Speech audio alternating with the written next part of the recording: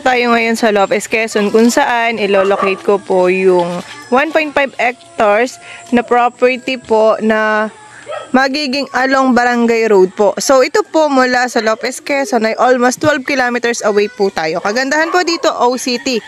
Makikita nyo po itong ating dadaanan. Ito po yung Barangay Road. So, regarding po kay Cap, ito po ay ipapagawa dahil po yung barangay hall po ay nandun po mismo kadikit ng property natin.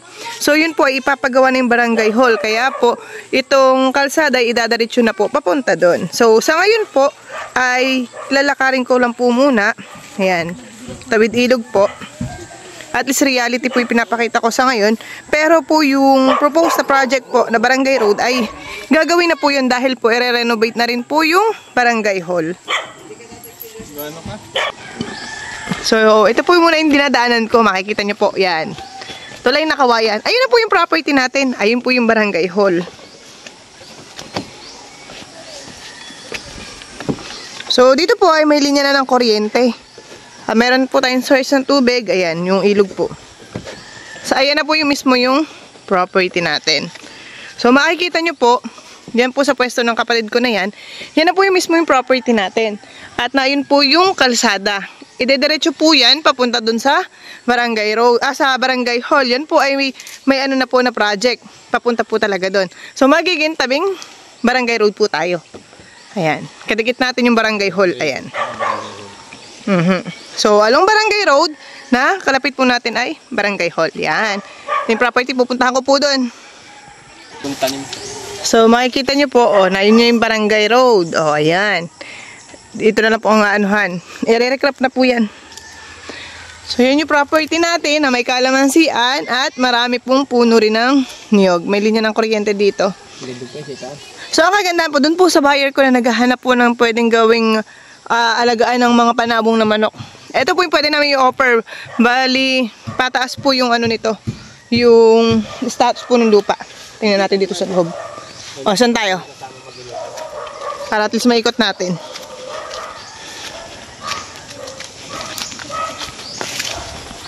Well, papunta pala yun dun. Ayos ano?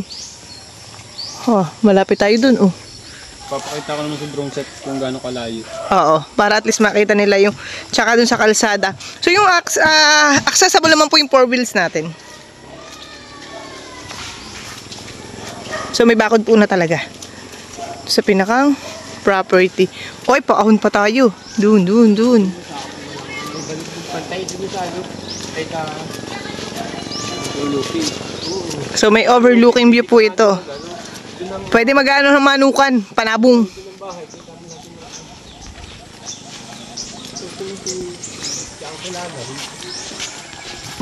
So bali yung pinakang boundary po natin ito ay yung mismong padar po ng Barangay Hall. Atin pa rin yan. Dahil nga po may pathway, kaya po yung binakod nila ay inilagay po nila dito sa tabi po mismo ng pathway. So marami po itong nyug. Tsaka may lansonisan din na Oh, may lansunis din. Yan. So akitin po namin. Daming saging oh. Ito, saging.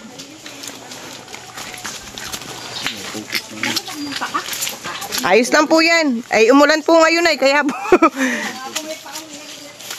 Labayan po namin hindi maulan. Hindi mo ulan. Sila nanay yung nagkokopra dito. Ayan. Aware naman po sila na ibinebenta na po ito ng seller. So medyo pa-upland po itong part na ito. Ayan. Pupuntahan namin doon sa may bandang ibabaw para at least ay makita nyo po. Ayos lang. Nakayapak na ako. Umulan ay.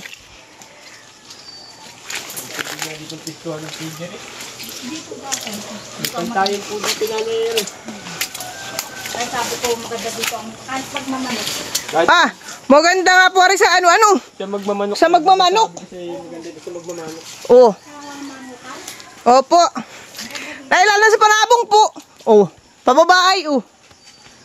Mga ilang kapuno kaya ito nanay ng nyog? 250 kapuno na nyog. Maraming saging. Saging ang halos na nakikita ko. May kalamansian din po.